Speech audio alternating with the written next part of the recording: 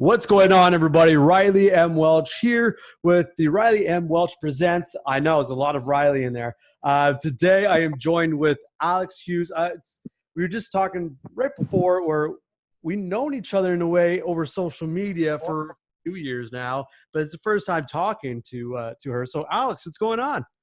Hey, Riley, thanks for having me today. And I know you're so right. It feels like we've really known each other, but this is the first time we're actually going to hang out. So it's kind of cool. It's insane. Yeah, because I was talking to Devin a couple weeks ago. The Calgary hangout is awesome, all Canadian. So it's a pleasure to have you on. You're insanely talented. I'm floored every time I look at social. I'm like, oh my god, insane. So like we said before, we kind of met on social, and while I was on your social, I saw that you're into TikTok. Hilarious. And I love the characters. Oh, yeah. It's amazing. I always find that interesting. So how did you really get into that? Was it just kind of like spontaneous? You know what? And I know we're going to get into it a little later, but I wanted to get onto TikTok because I had a bit of an idea for a campaign for my latest release.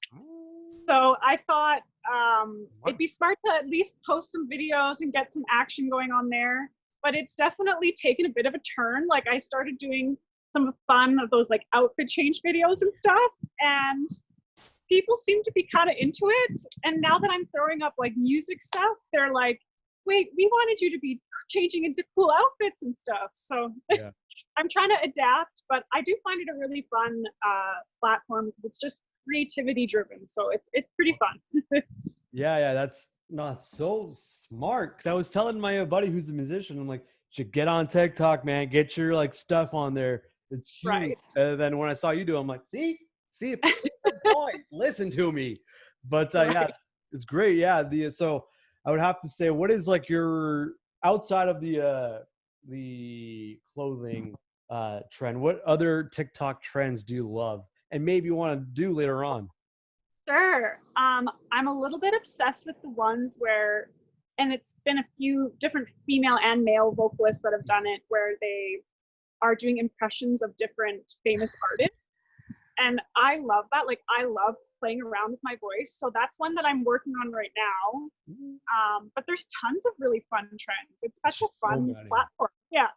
So many. I know. That's why like I fall in a rabbit hole. Like with other social platforms, it's like I'm fine. I'm like, all right, I can shut it off. But honestly, like last week I spent 2 hours just it's so easy to do. It's so true. But like it's okay, I'll admit the Taylor Swift thing. I don't know. I love it. I love it. It's awesome. It's so simple, but it's like strangely so entertaining. Right. But on that note, with social media and music, very similar in terms of collaborating. A lot of collaborations, and I noticed that on your socials that you're collaborating with Ryan Lindsay and Aaron Polak. Hopefully, I'm saying that right. I'm not good with names. So what's the best thing about collaboration? So there's kind of two different ways that I like to collaborate these days. So the first way is co-writing, which I do a ton of.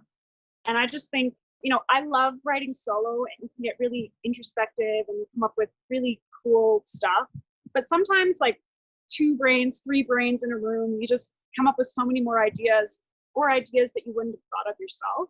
So I'm a huge fan of co-writing, and as well as collaborations on songs. So I did that collaboration with Ryan Lindsay of the popular song If the World Was Ending. And we're both pretty country sounding artists. Yeah. So to tackle a true like pop song was a challenge for both of us. And I love that we kind of like took on this challenge together. It was a lot of fun. And I love collaborating. I love working with other people. So yeah, it's a great way of, like you were saying, challenging yourself, really growing as a person and a professional. Right. But yeah, that's the best part about one of the best parts about music is the taking in your influences, creating into your own, and also sharing that with another person. Totally. So super cool. And you can build a community with that.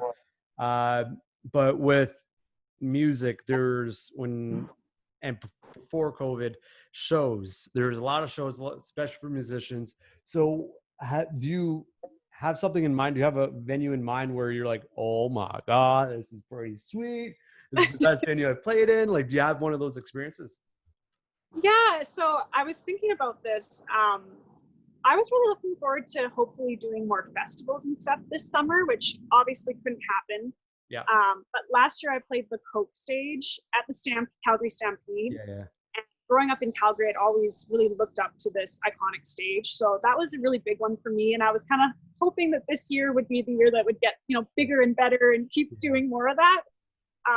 Unfortunately, that didn't happen. But we also have lots of great venues in Calgary, like the Ironwood, Mikey's. I'm doing a show at Mikey's, the Blue Jay Sessions on September 3rd, and they're such great supporters of live music. So I love to play venues like that too.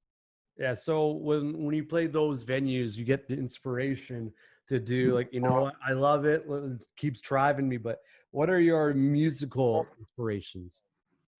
I'm inspired by quite a large range. So I love to listen to like everything from super pop music to hip hop to obviously country. I'm weirdly really into K-pop right now. I don't know if you've listened to K-pop at all. Okay, this might sound stupid and probably will be. Right. It's not English, right? It's all strictly Yeah, so I think it's mostly in Korean, and I'm not sure. I probably sound stupid now, not knowing if there's. Sorry, I brought this up. I'm so sorry. But they mix in. It's I'm okay. just curious. Yeah, they mix in some English, so you understand the gist of the songs. Yeah. But what I love about them is they're like high-end pop productions, and I'm trying to, because of COVID, being at home a lot, indulging a little more. I'm trying to get back into running.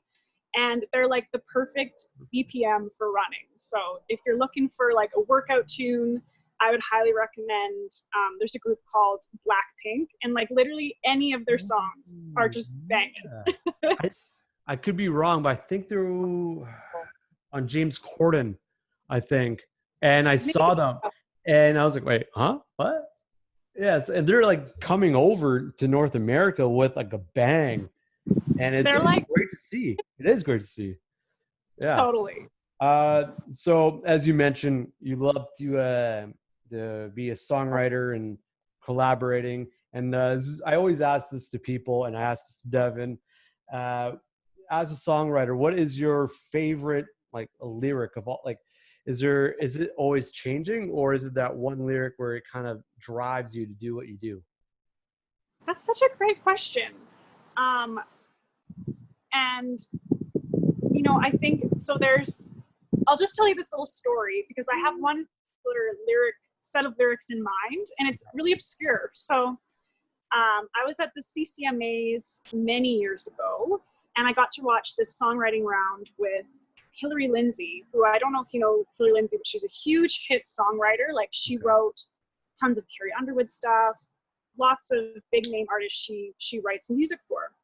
So she was performing in this songwriter round, and she played one of her songs called Concrete Heart.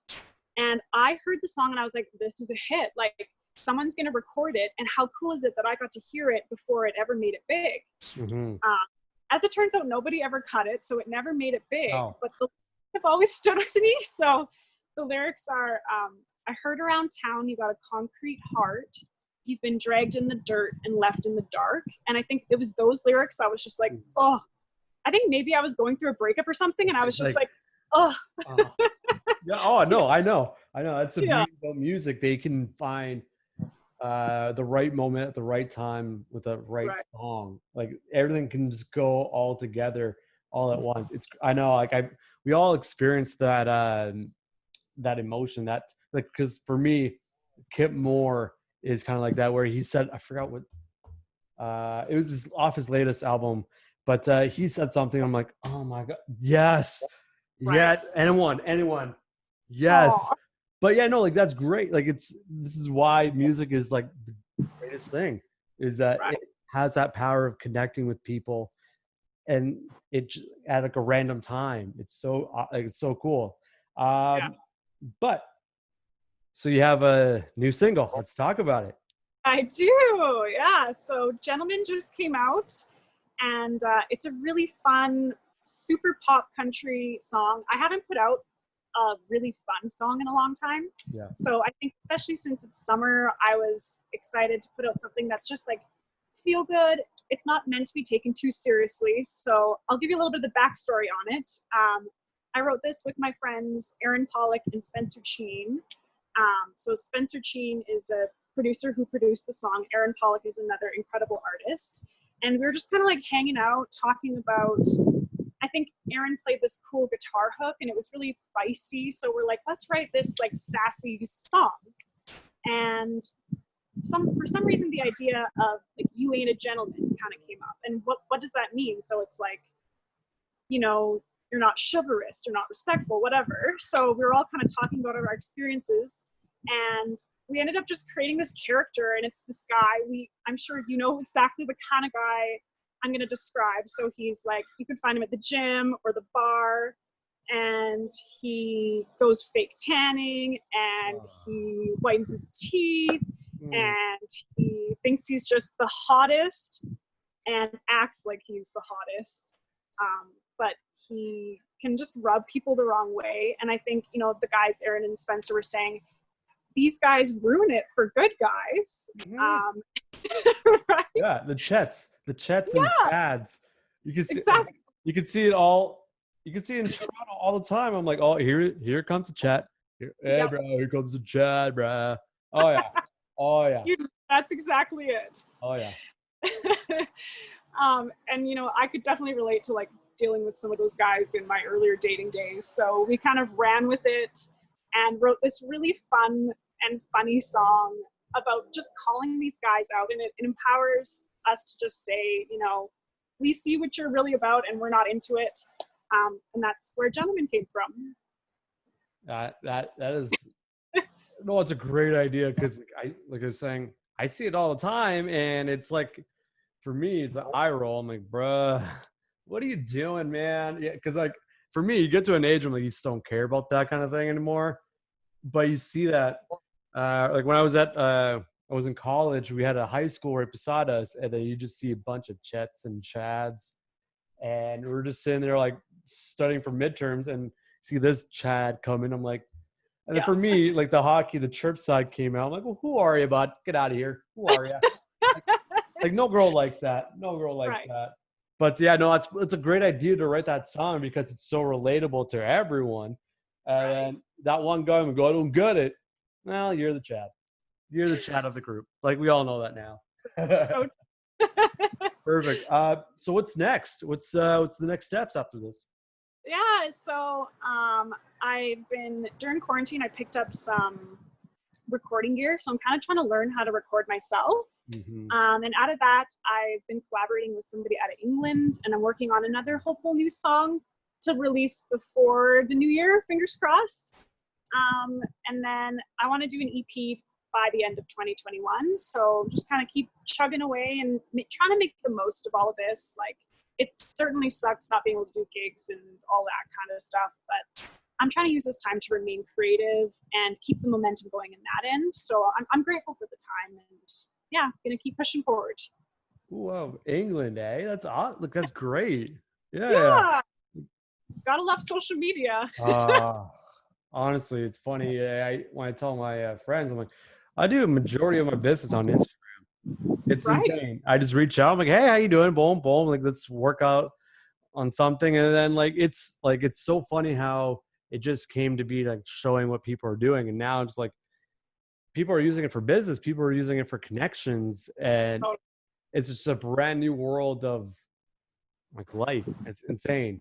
But yeah, so like, where can people find the newest single, Gentleman? Where can they find it?